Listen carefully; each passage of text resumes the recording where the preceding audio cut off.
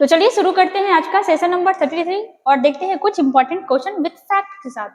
देखिएगा question number first क्या बोल रहा है, नीतीश कुमार कितनी बार मुख्यमंत्री पद की शपथ ले चुके हैं। तो जैसे अयोध्या में राम, वैसे अपने बिहार में वही जो आप सोचे, ठीक है। तो देखिएगा नीतीश कुमार कितनी बार सीएम के पद का शपथ ले चुके हैं, तो ये हो जाएगा आपका 9वीं बार। मतलब ये अपने आप में विश्व रिकॉर्ड बना हुआ है कि सीएम नीतीश कुमार जो है 9 बार, ठीक है, 9 बार सीएम पद का शपथ ले चुके हैं और इनके साथ 2 उप मुख्यमंत्री भी बने हैं, ठीक है। तो याद रखिएगा कि 2 उप मुख्यमंत्री कौन बने हैं, उप मुख्यमंत्री आने वाले एग्जाम के लिए इंपॉर्टेंट होगा, खास के बिहार के लिए, ठीक है। उप मुख्यमंत्री कौन कौन हो जाएगा, तो एक हो जाएगा सम्राट चौधरी, ठीक है, सम्राट चौधरी, और एक हो जाएंगे विजय सिन्हा, विजय सिन्हा। ये आपके विपक्ष के नेता भी रहे थे, विधानसभा के अध्यक्ष भी रहे थे और काफी चर्चित पर्सन है।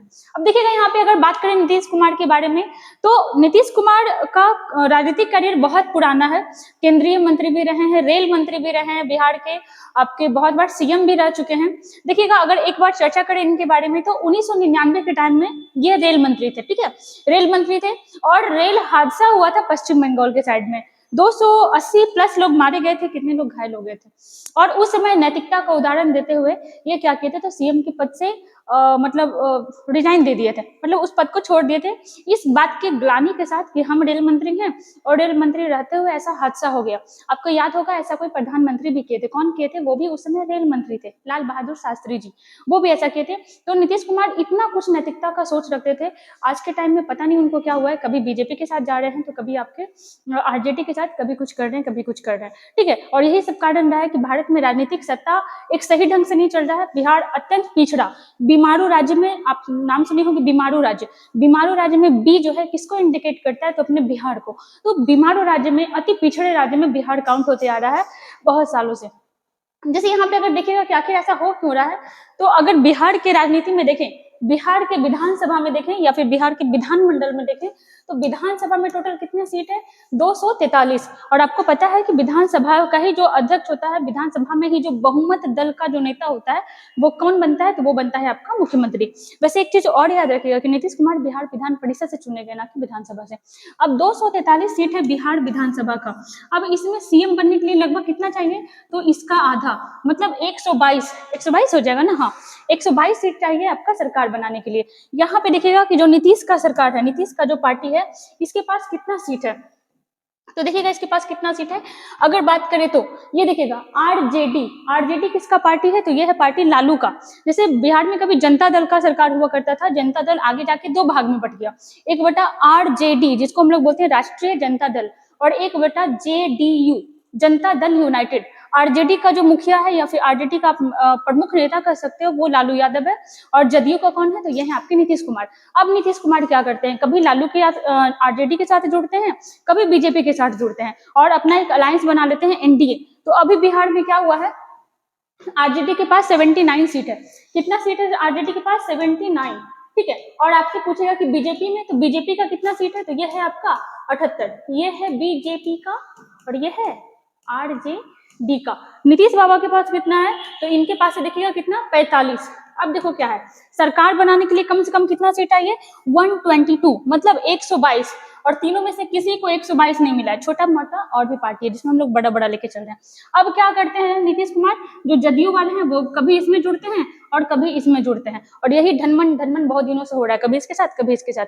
अभी किसके साथ जाकर के जुड़ गए हैं, तो अभी जुड़ गए हैं बीजेपी के साथ, और इस तरीके से एनडीए बन गया, बीजेपी का अलायंस एनडीए बनता है, और इस तरह से बिहार में अभी फिर से सरकार चेंज हुआ। और भी नए नए आपके मंत्री बन के आए, कैबिनेट मिनिस्टर आप कह सकते हो, वो हम लोग किसी और सेशन में देख लेंगे। फिलहाल याद रखिएगा कि सीएम कौन बने, नीतीश कुमार, सम्राट चौधरी, विजय सिन्हा उप मुख्यमंत्री हैं। और अगर बात करें नीतीश कुमार के बारे में, 1951 में इनका जन्म हुआ था, बिहार के बख्तियारपुर से ये रिलेटेड है। इनका राजनीतिक करियर काफी बड़ा रहा था, राजनीति का भी काफी नॉलेज है। और हाँ, आपसे सवाल करेगा कि 9 बार इनका जो शपथ ग्रहण हुआ है कब कब हुआ, तो देखिएगा 2000 ईस्वी में, फिर 2005 में, 2010 में, 2015 में, ठीक है। मतलब यहाँ पे देखिए लगातार 5-5 साल का गैपिंग आ रहा है, फिर 2015 में फिर से, और यहाँ से देखो क्या हो रहा है, 2015 फरवरी में और फिर नवंबर में, 2015, 2017, 2020, 2022 और इस बार 2023 में लगातार 9 बार, ठीक है। और ये रहा आपका 2023 वाला। तो आप इतना याद रखिएगा। चलिए आगे आते हैं। और भी अगर आपसे पूछ ले कि बिहार के पहले सीएम कौन थे, डॉक्टर श्री कृष्ण सिंह, ठीक है, बिहार के श्री। चलिए आगे आते हैं, देखिएगा असेंबली बम कांड के समय, ध्यान से सुनिएगा, असेंबली बम कांड के समय केंद्रीय विधानसभा का अध्यक्ष कौन था? तो चलिए पहले इसका आंसर लगाते हैं, फिर इसके बारे में फैक्चुअल चीज देखते हैं। कौन हो जाएंगे? विट्ठल भाई पटेल। जैसा कि हम लोग को पता है टाइम कब का चल रहा है, तो टाइम चल रहा है आपका 1928 1929 का, ठीक है, 1928 1929 का। और आपको पता है कि इसमें भारत में स्वतंत्रता आंदोलन पीक पे चल रहा था। या तो गरम दल हो या फिर नरम दल हो, दोनों अपने अपने नजरिए के तरीके से अपने अपने ढंग से भारत के स्वतंत्रता आंदोलन में बढ़ चढ़ करके भाग ले रहे थे। जहां नरम दल का कहना था कि हम लोग अच्छे से बिहेव करके अंग्रेज से अपना शासन वापस मांग सकते हैं, वहीं गरम दल का कहना था, नरम दल का कहना था कि हम लोग उदारवादी नीति अपनाएंगे, और गरम दल का कहना था कि हमारे राज्य में आकर के हमको परेशान कर रहे हैं तो हम लड़ करके उनसे वापस लेंगे। तो गरम दल में कौन कौन था? मेनली भगत सिंह हो गए, चंद्रशेखर आजाद हो गए, या फिर आप एक शब्द में कह सकते हो HSRA का टीम, ठीक है, HSRA। देखिएगा यहाँ पे HSRA जो था ये गरम दल का टीम था। इसका फुल फॉर्म क्या हो जाएगा? फुल फॉर्म हो जाएगा हिंदुस्तान सोशलिस्ट रिपब्लिकन एसोसिएशन, ठीक है। और इसमें बड़े बड़े दिग्गज नेता थे।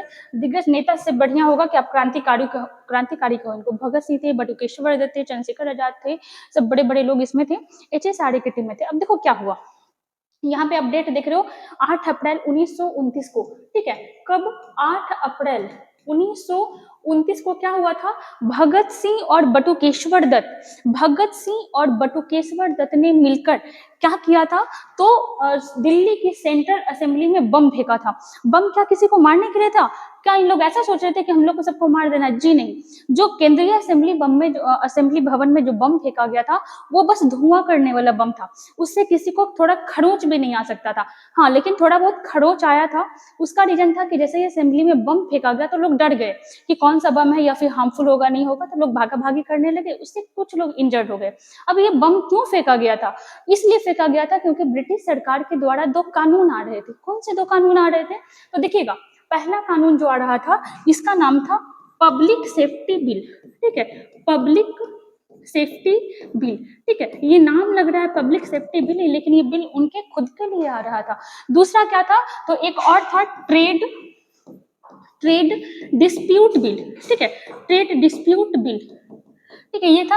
अब ये आपका व्यापारी से संबंधित था और ये आपका आम जनता से संबंधित था। इन दोनों के अधिकारों को सीमित करने के लिए, कम करने के लिए अंग्रेज सरकार के द्वारा ये कानून लाया जा रहा था। और अगर ये बिल पारित होकर एक्ट बन जाता तो काफी हार्मफुल होता समाज के लिए। तो भगत सिंह, और चूंकि बहुत सारी जनता बहुत सीधी सादी भोली वाली थी, उन लोग को ये सब समझ में नहीं आता था, तो भगत सिंह इस चीज का चर्चा करने के लिए, इस चीज को रोकने के लिए असेंबली भवन में बम फेंके, ताकि ये चीज चर्चा हो, इस चीज का चर्चा हो और लोगों को समझ में आए कि ये बिल उनके फायदे के लिए नहीं है। तो ये हुआ कब? ये कांड हुआ 8 अप्रैल 1929 ईस्वी को। इस समय केंद्रीय असेंबली भवन जो है आपका, उसके अध्यक्ष कौन थे? विट्ठल भाई पटेल थे। अब देखिएगा, अब देखो इन दोनों का ऐसा सोच था। इसके पहले एक चीज और आप याद रखोगे, 17 दिसंबर 1928 ईस्वी को, 17 दिसंबर 1928 ईस्वी को HSRA का जो मेंबर था, ये एक आदमी का हत्या किया। किसका हत्या किया? तो ये हत्या किया सॉन्डर्स का, ठीक है, सॉन्डर्स का हत्या। अब देखिए पूरा स्टोरी बताना पॉसिबल नहीं है एक छोटे से सेशन में। सॉन्डर्स का हत्या की। सॉन्डर्स कौन था? तो जिसका योगदान रहा था लाला लाजपत राय की मृत्यु में साइमन कमीशन आया था, और लाला लाजपत राय और उनका टीम मिलकर के जब साइमन कमीशन का विरोध कर रहा था तो उनके ऊपर अत्यधिक लाठीचार्ज किया गया और लाठीचार्ज से उनकी मृत्यु हो गई। और उसका बदला लेने के लिए भगत सिंह, HSRA का जो मेंबर था, वो उनके हत्यारे को मारने का कोशिश कर रहा था, लेकिन मार दिया गलती से किसको? सॉन्डर्स का हत्या कर दिया गया। अब चूंकि सॉन्डर्स का हत्या कर दिया गया था ये 17 दिसंबर 1928 को, इसके कातिल को अंग्रेज सरकार ढूंढ रहा था, लेकिन ढूंढ नहीं पाया था। ये चीज एक अलग चीज हो गया कि इसके कातिल को अंग्रेज सरकार ढूंढ रहा था लेकिन ढूंढ नहीं पाया। उसके बाद फिर 8 अप्रैल 1929 को ये वाला हुआ जो असेंबली भवन में असेंबली भवन में बम फेंका गया, किसके द्वारा? तो बटुकेश्वर दत्त और भगत सिंह के द्वारा। अब यहाँ पे क्या हुआ, भगत सिंह बम फेंक करके भागे नहीं, गिरफ्तारी दे दिए। इसलिए गिरफ्तारी दिए ताकि वो चाहते थे कि उनका गिरफ्तारी हो, वो न्यायालय तक पहुंचे और अपनी बातों को बोले, और उनकी बातों को जब पेपर में लिखा जाएगा, जब आम जनता पढ़ेगा, जब न्यूज में सुनेगा, तब लोगों को इसके प्रति क्या होगा, अवेयरनेस होगा। बम फेंकने के साथ हम लोग एक चीज और किए, वहां पे पर्ची फेंकना शुरू किए, और जो भी उनका विचार था, जो भी वो चाहते थे, जो भी वो करना चाहते थे, उस पर्ची पे पूरी तरीके से लिखवा दिए थे। उससे क्या हुआ कि पर्ची हाथों हाथ बटा और लोगों को बहुत कुछ समझ में आया। अब देखो क्या हुआ, अब अंग्रेज सरकार के हाथ में दो आदमी आ गया। कौन कौन आ गया? तो पहला तो भगत सिंह आ गया, चूंकि इन लोग खुद भागे नहीं, गिरफ्तारी दे दिए भगत सिंह। दूसरा आदमी बटुकेश्वर दत्त, ठीक है, बटुकेश्वर दत्त। इसमें से ये बंदा जो था बहुत एक्टिव रहा करता था क्रांतिकारी आंदोलन में, और ये भी थे, लेकिन ज्यादा ये चर्चित थे। अंग्रेज सरकार इनको छोड़ना नहीं चाहता था, भगत सिंह को बिल्कुल नहीं छोड़ना चाहता था, क्योंकि वो बहुत साल बाद बहुत दिक्कत से पकड़ में आए थे। क्या हुआ कि इस काम के लिए, ठीक है, ये जो बम फेंका गया था, इस बम के लिए दोनों को सजा दिया गया। किस चीज का? काला पानी का सजा, ठीक है, काला पानी का सजा। इनको काला पानी का सजा दिया गया, लेकिन काला पानी का सजा का भी एक टाइम टेन्योर होता था कि इस टाइम के बाद ये दोनों छूट जाएंगे। लेकिन अंग्रेज सरकार भगत सिंह को नहीं छोड़ना चाहता था, इसलिए क्या हुआ कि फिर से सॉन्डर्स का हत्या वाला जो लाहौर षड्यंत्र केस था, उसको खुलवाया गया और भगत सिंह को उसमें इन्वॉल्व पाया गया। और उसके बाद फिर इसी चीज के लिए तीन आदमी को, भगत सिंह को, राजगुरु को और सुखदेव को, तीनों को क्या दे दिया गया? फांसी दिया गया। किसके लिए? सॉन्डर्स की हत्या के लिए। और बटुकेश्वर दत्त को क्या हुआ? तो इनको बस काला पानी का सजा दिया गया था। तो इतना सारा स्टोरी जुड़ा हुआ है, मतलब असेंबली बम कांड हो गया, फिर उसी में जोड़ लिया सॉन्डर्स का हत्या, और भगत सिंह को चूंकि अंग्रेज सरकार छोड़ना नहीं चाहता था, ये उम्र कैद देंगे फिर भी छूट जाएगा, कुछ समय के लिए जेल देंगे तो भी छूट जाएगा, मतलब फाइनली इनको मार देना चाहता था, और वैसा किया भी। खैर, उसको मरना नहीं कहते, उसको शहीद करते हैं। और भगत सिंह 23 मार्च 1931 ईस्वी को भगत सिंह, राजगुरु और सुखदेव तीनों इकट्ठे फांसी के फंदे पे झूल गए थे। ठीक है, इस चीज को याद रखिएगा। विठल भाई पटेल हो जाएगा। वैसे एक चीज और याद रखिएगा, जिसमें बम फेंका गया था उस समय उस सदन में जवाहरलाल नेहरू हो गए, मदन मोहन मालवीय हो गए, विठल भाई पटेल हो गए, और आपका मोहम्मद अली जिन्ना, ये सारे नेता मौजूद थे। ठीक है, चलिए बहुत लंबा हो गया इस क्वेश्चन में। 3 में आते हैं। अधीनस्थ न्यायालय का चर्चा किस भाग में है? अधीनस्थ न्यायालय, इसको कुछ और भी कहा जाता है। क्या कहा जाता है? सब ऑर्डिनेट कोर्ट। ठीक है, सब ऑर्डिनेट कोर्ट का चर्चा भाग 6 आर्टिकल 233 से 237 के बीच किया गया है। ठीक है, चलो एक चीज और याद रखना, यहाँ पे 2 प्रकार के जज बैठते हैं। ठीक है, जब आपका दीवानी मामला देखा जाता है, ठीक है, दीवानी मामले, तो उसके जज कौन होते हैं? उसके जज होते हैं जिला न्यायाधीश। और आपका जब फौजदारी मामला होता है, फौजदारी मामले, इसके जो जज होते हैं ये क्या कहलाते हैं? ये कहलाते हैं सत्र न्यायाधीश। अब बोलिएगा कि फौजदारी क्या है, दीवानी क्या है? तो देखो, दीवानी क्या होता है? पैसा वैसा से रिलेटेड जो भी केस रहेगा, शादी विवाह से, तलाक से रिलेटेड जो भी केस रहेगा वो दीवानी में जाएगा। और फौजदारी में क्या होता है? तो मर्डर हो गया, हत्या हो गया, रेप कांड हो गया, ये सारा किसमें जाता है? ये फौजदारी के मामले में आता है। और दीवानी में पैसा वगैरह से रिलेटेड आ जाता है सारा का सारा। एक चीज और आप यहाँ पे एक चीज याद रखोगे कि भारत में कोर्ट का जो स्ट्रक्चर है वो इस टाइप का है। ठीक है, सबसे ऊपर कौन सा कोर्ट है? तो ये है आपका सुप्रीम कोर्ट। ठीक है, पूरा ही लिख देते हैं, सुप्रीम कोर्ट। दूसरे प्रकार का जो इससे थोड़ा सा छोटा है, ये कौन सा है? तो ये है आपका हाई कोर्ट। इसकी संख्या कितनी है? 25। और इससे छोटा जो हो जाता है, इसको क्या बोलते हैं? सब ऑर्डिनेट कोर्ट। ठीक है, जो जिला स्तर पे होता है। चलिए आंसर क्या हो जाएगा? तो आंसर हो जाएगा भाग 6। चलिए आते हैं क्वेश्चन नंबर 4 पर। देखिएगा, बिहार केसरी के नाम से किसे जाना जाता है? बिहार के पहले मुख्यमंत्री बिहार केसरी के नाम से जाने जाते हैं डॉक्टर श्री कृष्ण सिंह। और अभी रिसेंटली इनकी 136वीं जयंती पर बिहार के प्रसिद्ध टीचर खान सर को बिहार केसरी का सम्मान भी दिया गया है। एक चीज और देखिएगा, अगर बात करें बिहार केसरी डॉक्टर श्री कृष्ण सिंह के बारे में, तो देखिएगा इनका जन्म कब हुआ था? तो 21 अक्टूबर 1887 ईस्वी को इनका जन्म हुआ था। और 31 जनवरी 1961 ईस्वी को क्या हुआ था? तो इनकी डेथ हुई थी, और उसको हम लोग पुण्यतिथि के रूप में मनाते हैं। जैसे देखिएगा, अगर चर्चा करें इस चीज के बारे में तो बिहार केसरी के नाम से हो जाएंगे डॉक्टर श्री कृष्ण सिंह, बिहार के प्रथम मुख्यमंत्री। कुछ कुछ और भी केसरी होता है, जैसे देखिएगा पंजाब केसरी, पंजाब केसरी, ये कौन हो जाएंगे, तो ये हो जाएंगे लाला लाजपत राय, लाला लाजपत राय। ठीक है, और आपसे पूछेगा, जैसे आपसे पूछेगा बंगाल केसरी, बंगाल केसरी, ये क्या हो जाएगा, तो ये हो जाएगा आशुतोष मुखर्जी, आशुतोष मुखर्जी। ठीक है, आपसे पूछेगा हरियाणा केसरी। ठीक है, क्या पूछ सकता है, हरियाणा केसरी। हरियाणा केसरी किसे कहा जाता है, तो ये कहा जाता है पंडित नेकीराम शर्मा को। ठीक है, किसे कहा जाता है, तो ये कहा जाता है पंडित नेकीराम शर्मा, पंडित नेकीराम शर्मा। और एक चीज और याद रखिएगा, क्या हो सकता है, एक आंध्र केसरी, आंध्र केसरी, ये किसे कहा जाता है, तो ये कहा जाता है टी प्रकाशम, टी प्रकाशम। ठीक है, और यहाँ पे टी मतलब हो जाएगा टुंगुटरी। ठीक है, तो इस चीज को भी आप याद रखिएगा। बिहार के पहले सीएम कौन है, डॉक्टर श्री कृष्णा सिंह। ठीक है, और बिहार के पहले गवर्नर कौन थे, तो ये थे जयराम दास दौलतराम, जयराम दास दौलतराम, जयराम दास दौलतराम हो जाएंगे ये बिहार के पहले गवर्नर। ठीक है, आपसे पूछेगा कि बिहार के पहले प्रधानमंत्री कौन थे, आप बोलोगे प्रधानमंत्री थोड़ी किसी राज्य का होता है, वो तो केंद्र का होता है, तो नहीं। 1937 में जब चुनाव हुआ था, 1937 इट मीन्स कि ब्रिटिश भारत, 1937 में 11 प्रांत हुआ करते थे और 11 प्रांत में चुनाव हुआ था। और जो चुनाव हुआ था तो प्रांत का जो मुखिया होता था, प्रांत का जो मुखिया होता था उसे क्या कहा जाता था, तो उसे कहा जाता था प्रधानमंत्री। ठीक है, ना कि मुख्यमंत्री। तो इस तरीके से बिहार के पहले प्रधानमंत्री कौन हो जाएंगे, तो ये हो जाएंगे मोहम्मद यूनुस, मोहम्मद यूनुस। ठीक है, चलिए आगे आते हैं।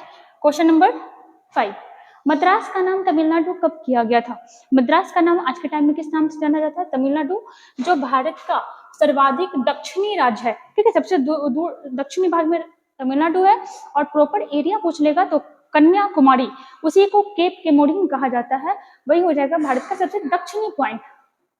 अब देखिएगा यहाँ पे 1969 में क्या हुआ था, तो 1969 में मद्रास का नाम तमिलनाडु हुआ था।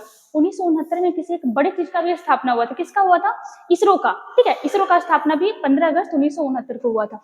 अगर यहाँ पे थोड़ा सा राज्य के बारे में देखें तो आपको पता होगा कि भारत का सबसे पहला राज्य कौन था जो भाषाई आधार पर बना था, 1953 में। कौन था, तो वो था आपका आंध्र प्रदेश। आंध्र प्रदेश की स्थापना 1953 ईस्वी में हुई थी। उसके बाद फिर हम लोग देखें कि मद्रास का नाम तमिलनाडु कब हुआ, तो ये हो गया था आपका 1969 ईस्वी में। आगे देखिएगा, अगर और भी हम लोग इसमें देखते हैं तो ठीक है, आगे अगर हम लोग चर्चा करते हैं तो पहले बंबई हुआ करता था, और बंबई 2 भाग में बट गया था, किसमें किसमें, तो गुजरात में और महाराष्ट्र में। ठीक है, महाराष्ट्र में। ये दोनों का स्थापना कब हुआ था, तो ये दोनों का स्थापना हुआ था 1960 में। गुजरात और महाराष्ट्र कब बना था, तो ये बना था 1960 में। वहीं अगर चर्चा करें नागालैंड, ठीक है, नागालैंड, नागालैंड का स्थापना हुआ 1963 ईस्वी में। ठीक है, नागालैंड आप ऐसे याद रखना, नाग टाइप का ऐसे बना हुआ भी ऐसे घुमा हुआ, तो क्या हो जाएगा नागालैंड का 1963। उसके बाद फिर देखिएगा, हम लोग चर्चा किए थे पिछले वाले सेशन में, पंजाब, हरियाणा, चंडीगढ़। ठीक है, पंजाब, हरियाणा, चंडीगढ़ और हो जाएगा हिमाचल प्रदेश। इसका स्थापना हुआ 1966 में। और जबकि हिमाचल प्रदेश को पूर्ण राज्य का दर्जा कब दिया गया था, तो ये दिया गया था 1972 में। ठीक है, हिमाचल प्रदेश को पूर्ण राज्य का दर्जा कब दिया गया था, तो ये हो जाएगा आपका 1971 हो जाएगा। 72 में आपका मणिपुर, मेघालय, त्रिपुरा वाला हो जाएगा। ठीक है, उसके बाद फिर आइएगा मणिपुर, मणिपुर, मेघालय, मेघालय और आपका त्रिपुरा। ठीक है, इसका स्थापना कब हुआ था, 1972 में। एक चीज और देखिएगा, उसके बाद फिर सिक्किम। ठीक है, सिक्किम, सिक्किम के बारे में थोड़ा सा और भी याद रखिएगा, यह 1974 में बिहार का भारत का सह राज्य बना था, और 1975 में क्या हुआ, इसको पूर्ण राज्य का दर्जा दिया गया था। ठीक है, सिक्किम को पूर्ण राज्य का दर्जा कब दिया गया, 1975 में। और फिर अरुणाचल प्रदेश और गोवा, अरुणाचल प्रदेश और गोवा, ये कब राज्य बना था, तो ये बना था 1987 में। गोवा आजाद कब हुआ था, 61 में। उसके बाद अगर देखें तो छत्तीसगढ़, ठीक है, छत्तीसगढ़ और हो जाएगा आपका छत्तीसगढ़, उत्तराखंड, उत्तराखंड और झारखंड, छत्तीसगढ़, उत्तराखंड और झारखंड, यह राज्य कब बना? तो ये बना आपका 2000 ईस्वी में। और आपसे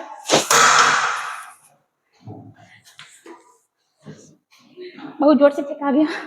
उसके बाद फिर देखिएगा आंध्र प्रदेश से पूछेगा तेलंगाना, आंध्र प्रदेश से, ठीक है। तेलंगाना कब अलग हुआ था? तो ये हुआ था आपका तेलंगाना, ये अलग हुआ था 2014 ईस्वी में, ठीक है। आंध्र प्रदेश से तेलंगाना हुआ था 2014 ईस्वी में। और भारत का नवीनतम राज्य कौन सा हो जाएगा? तो तेलंगाना ही हो जाएगा, ठीक। चलिए इतना याद रखिएगा, यहाँ पे आंसर हो जाएगा 1969।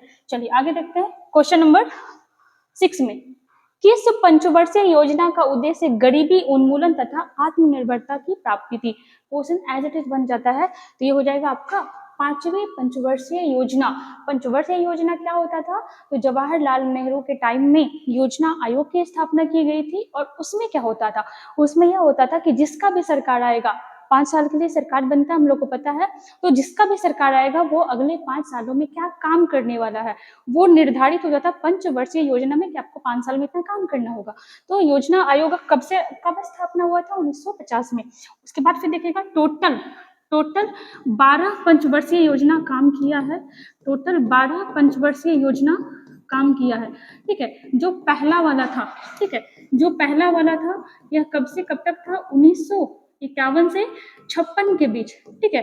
और जो सबसे लास्ट वाला था 12वां नंबर का, ये आया था 2012 से 17 के बीच। फिर मोदी जी के द्वारा योजना आयोग के जगह पर नीति आयोग की स्थापना की गई थी। अब यहाँ पे देखिएगा, अगर चर्चा करें पंचवर्षीय योजना का, तो यह 1974 से लेकर के 1979, जी नहीं, 1978 तक ही चला था। इट मीन्स कि पहला फैक्चुअल चीज तो आपको यही याद रखना पड़ेगा कि यह पंचवर्षीय योजना मतलब 5वीं पंचवर्षीय योजना सिर्फ 4 वर्षों के लिए ही थी।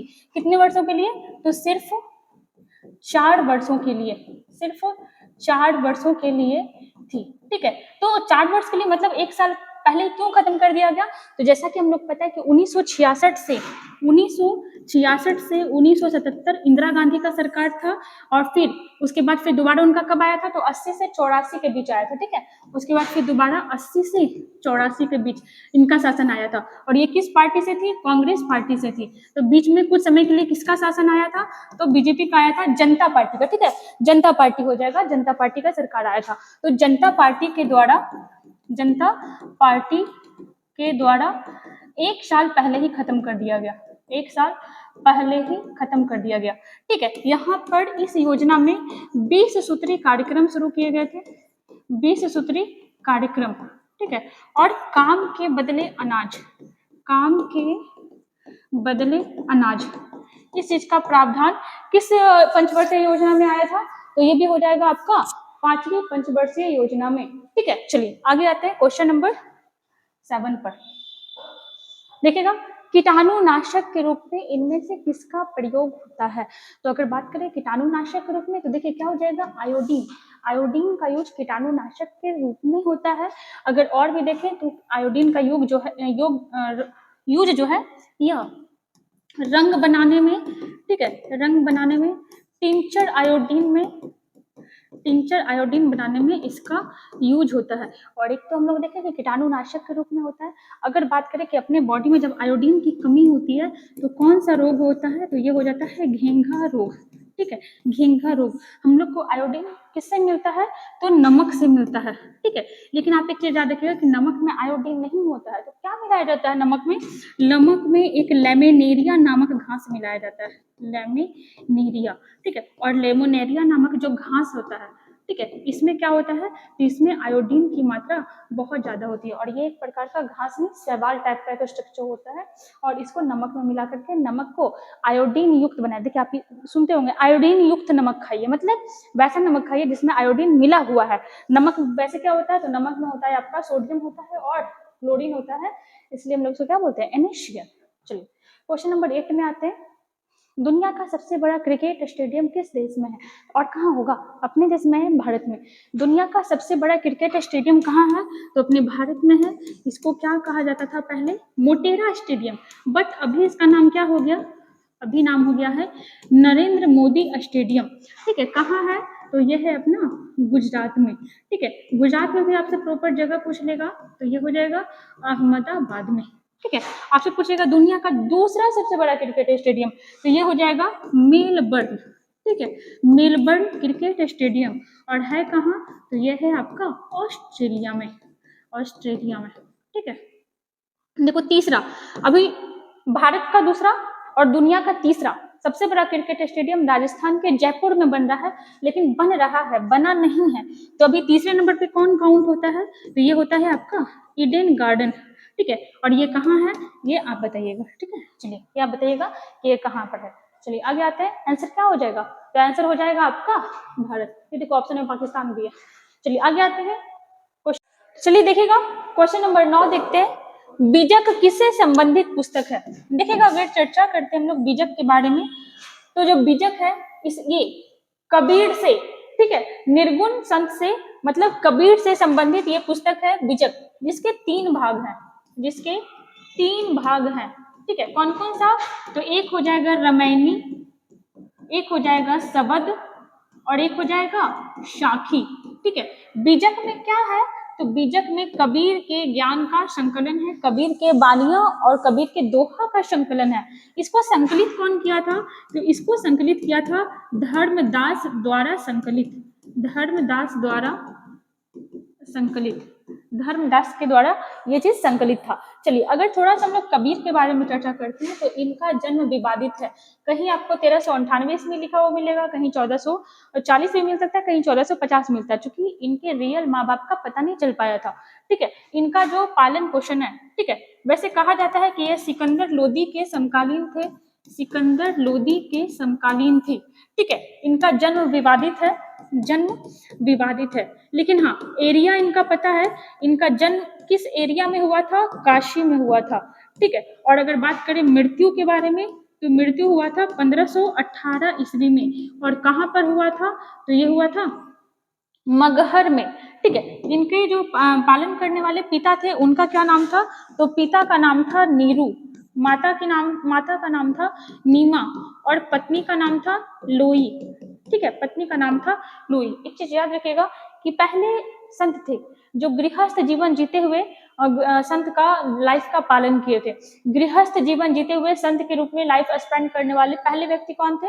ये थे कबीर। बाकी आप देख सकते हो शंकराचार्य हुए, गौतम बुद्ध हुए, महावीर स्वामी हुए, ये सारा गृह त्याग कर दिए थे, सारा गृहस्थ जीवन को छोड़ करके संन्यास जीवन अपना लिए थे, लेकिन ये ऐसा नहीं किए थे, ये अपनी पत्नी के साथ रहे थे। एक चीज और, ये निर्गुण भक्ति का पूजा करते थे। निर्गुण भक्ति ये क्या होता है? तो निर्गुण भक्ति होता है और एक होता है सगुण भक्ति। सगुण भक्ति में क्या होता है कि मूर्ति पूजा होता है, ठीक है, एक आकार देकर के पूजा किया जाता है। और निर्गुण भक्ति में क्या होता है कि निराकार पूजा किया जाता है। निराकार बोले तो कि उसमें आपका मूर्ति वगैरह नहीं बनाया जाता है, तो इस चीज को याद रखिएगा। चलिए आते हैं क्वेश्चन नंबर नेक्स्ट में। ठीक है, नेक्स्ट क्वेश्चन आते हैं। यहाँ पे आंसर नहीं हुआ क्या? आंसर हो जाएगा आपका कबीर। ठीक है, कबीर। एक चीज और, सारे धर्म को मानते थे, बोलते थे कि सब धर्म एक ही है, ज्यादा कर्मकांड करने के लिए लोग अलग अलग धर्म को यूज करता है। चलिए, सबसे भारी वस्तु नहीं होगा यहाँ पे, धातु होगा। ठीक है, चलिए देखते हैं सबसे भारी धातु कौन सा हो जाएगा। सबसे भारी धातु होगा ऑस्मियम, ओस्मियम। ठीक है, वहीं आपसे अगर सबसे हल्का पूछ लेगा तो हल्का कौन सा हो जाएगा? हल्का हो जाएगा लिथियम, हल्का हो जाएगा लिथियम। सबसे कठोर पूछ देगा तो ये सबसे कठोर कौन सा है? तो सबसे कठोर में हो जाएगा टंगस्टन। ठीक है, और सबसे मुलायम पूछेगा तो मुलायम हो जाएगा आपका कौन सा? सोडियम। सोडियम के बारे में पढ़े हैं ना, कि वैसा धातु जिसे चाकू से काटा भी जा सकता है। ठीक है, ये चीज हुआ। दूसरा आपसे पूछेगा, क्या पूछ सकता है? जैसे देखो गैलियम बोलेगा कि धातु जो कमरे के ताप पर द्रव अवस्था में रहे, द्रव अवस्था मतलब लिक्विड, द्रव अवस्था में रहे। ठीक है, गैलियम वैसा धातु है। एक और धातु का नाम आता है जो कमरे के ताप पर द्रव अवस्था में रहता है, पारा। और पारा क्या है? धातु। एक अधातु का नाम आता है जो कमरे के ताप पर द्रव अवस्था में रहता है, इसका नाम क्या है? इसका नाम है ब्रोमीन। ठीक है, क्या नाम है, ब्रोमीन। कमरे का ताप क्या होगा, जैसे कि आप किसी रूम में बैठे हुए हो, हम किसी रूम में पढ़ा रहे हैं, तो इस रूम का क्या टेम्परेचर है, इसी को कहा जाता है कमरे का ताप। जब आप गैलियम को उठाओगे, जब आप पारा को उठाओगे, थर्मामीटर में पारा होता है ना, देखिएगा वो लिक्विड रूप में होता है, तो वही हो गया कि आपका लिक्विड रूप में होता है। जैसे ये पेन क्या हो गया, सॉलिड रूप हो गया, तो ये सब आपका लिक्विड रूप में नहीं आएगा। आंसर क्या हो जाएगा, तो आंसर हो जाएगा आपका ओस्मियम, सबसे भारी धातु ओस्मियम हो गया। ठीक है, तो चलिए यहाँ पे 10 क्वेश्चन कंप्लीट हुआ विद फैक्ट के साथ। ऐसे ही हमारे साथ बने रहिए, अपना तैयारी पूरा करते रहिए, पढ़ते रहिए, और फिर मिलते हैं नेक्स्ट वीडियो में।